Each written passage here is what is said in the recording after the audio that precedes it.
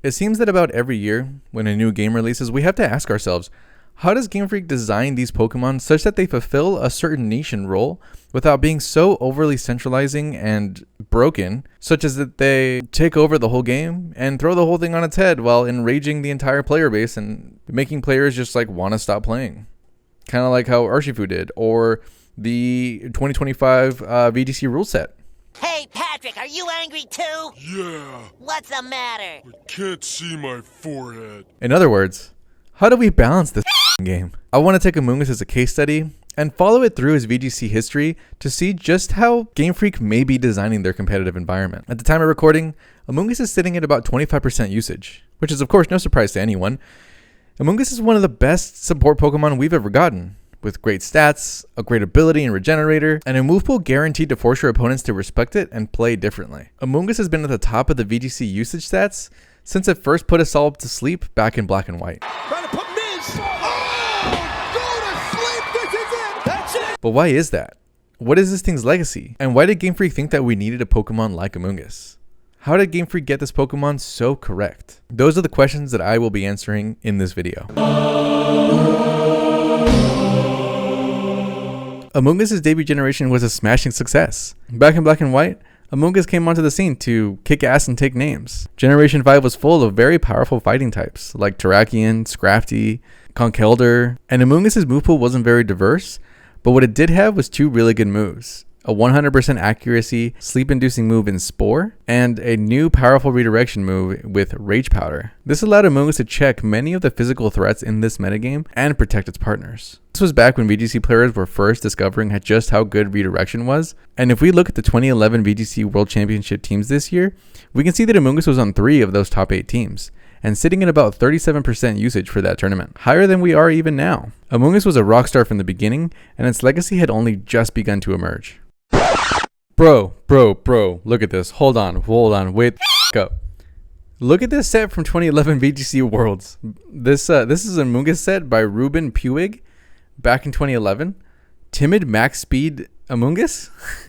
What the hell? This was also before Regenerator. This is nuts. He didn't fall? Inconceivable. In 2012, Game Freak gave most Pokemon the ability to have a secret third ability. Okay, I know, some of you guys are going to be like, but some Pokemon only had 2 abilities, whatever. Secret third thing, right? Game Freak gave most Pokemon the ability to have a secret third ability through either the Hidden Grotto mechanic or the Dream World, which if you don't remember was this like weird minigame thing on like an online server that you could like download Pokemon from onto your cartridge and you would have it in game. I don't know, it never really worked for me. I lived in a really like rural part of America at the time, and the terrible Wi-Fi card on the DS just never worked, so I never got to get the full benefits of the Dream World. But for those who did, I mean, I'm sure it's great. I hope you still have your cool Dream World Pokemon in their Dream Balls, dude. That was pretty cool back in the day. I'm not jealous. I'm weird. Woof, man, this is going bad. Amoongus would be one of the best beneficiaries of this change, though, with the new ability Regenerator, which if you don't know, Regenerator gives your Pokemon the ability to heal 25% of its HP every time it switches in and out, which for a Pokemon like Amoongus that could come in and take a hit is really valuable. Despite all this, there was actually no Amoongus on the top 8 teams of VGC Worlds that year. This might have been because of all the psychic types that were in this generation to counter all the fighting types that were also going around, things like Latios and Metagross and Cresselia and Gothitelle. But this is still really surprising, as this was a generation when Spores still hit grass types, and there was nothing deterring the Rage Powder redirection, things that would happen in Generation 6. Let me paint you a picture. The year is 2013, and X and Y had just come out, and Game Freak has decided that Amoongus needs multiple nerfs this generation, which all affect us to this day. Rage Powder now only has a +2 priority instead of a +3, so it can no longer redirect the fake outs. Not that that was ever that relevant, considering Amoongus' base 30 speed just made it so that it was never really speed tying anything. X and Y introduced the item Safety Goggles, which makes any Pokemon holding it immune to Spore and Rage Powder, and abilities such as Overcoat also makes the Pokemon immune to powder moves such as Rage Powder and Spore. And all grass types are now immune to powder moves like Rage Powder and Spore. This was also at a time that Dark Void Smeargle was running rampant and largely unchecked, giving Amoongus a lot of competition for which Pokemon was going to be on this team to put the opponent's Pokemon to sleep. This has since been taken away. Thank you, GameFreak, seeing as how this interaction of Dark Void Smeargle was just so toxic for the game that GameFreak decided they're going to be the one errata to Smeargle's entire gimmick. They just decided, you know what, Smeargle cannot learn Dark Void. Despite all of this, Amoongus would continue to be one of the best Pokemon due to how well it matched up into the top offensive threat this generation, Mega Kangaskhan. Oh no!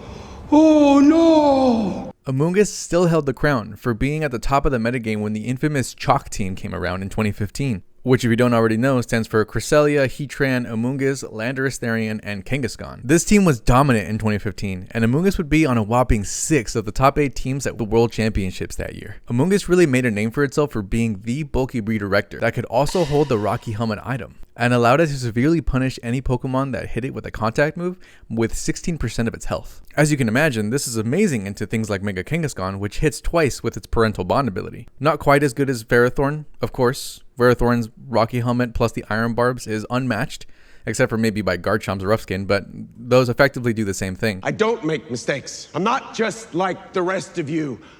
I'm stronger. I'm smarter. I'm better. I am better. And I am making a Ferrothorn video. Stay tuned on that. I love that Pokemon and I definitely want to gush about it for another 20 minutes. This Rocky Helmet strategy would be a crucial part to using Amoongus ever since. And the next time it would be relevant would be in Generation 8, when we see another dominant threat with multi-hit moves.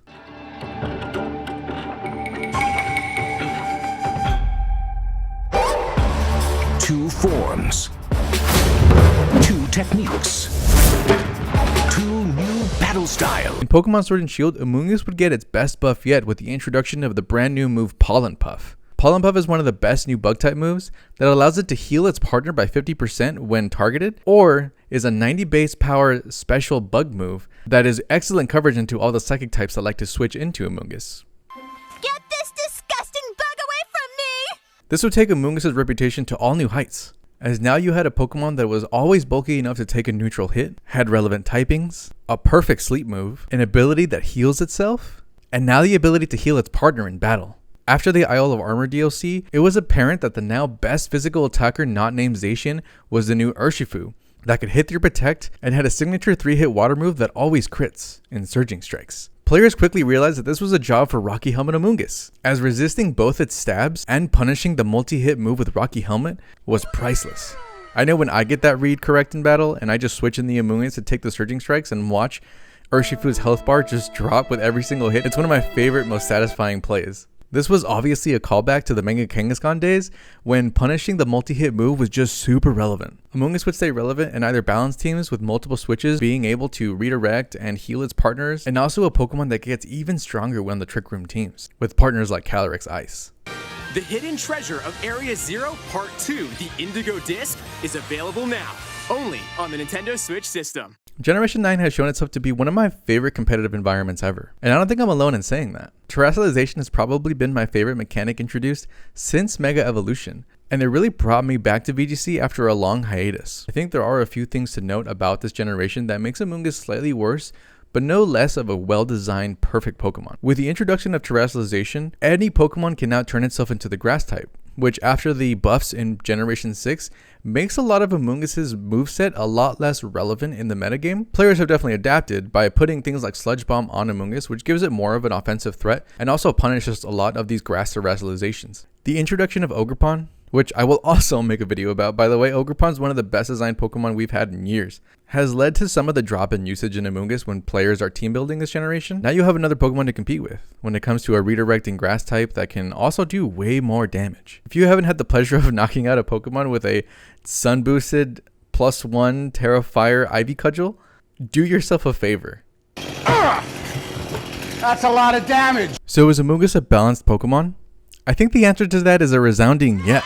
I think that when GameFreak designed Amoongus way back in Black and White, they did so with a very careful consideration to how they wanted their competitive environment to play. Amoongus is a perfect example of what is called bottom-up design, which if you don't know what that is, there was an article way back when for Magic the Gathering card design that I'll link in the description if you want to know more about it. Bottom-up design, to put it briefly, is a design philosophy that puts the stats and mechanics first and the flavor second, whereas top-down design is quite literally the opposite, where you put the design first and figure out the stats and mechanics second to match that sort of design. Think of something like Mega Kangaskhan when it comes to a flavor first design.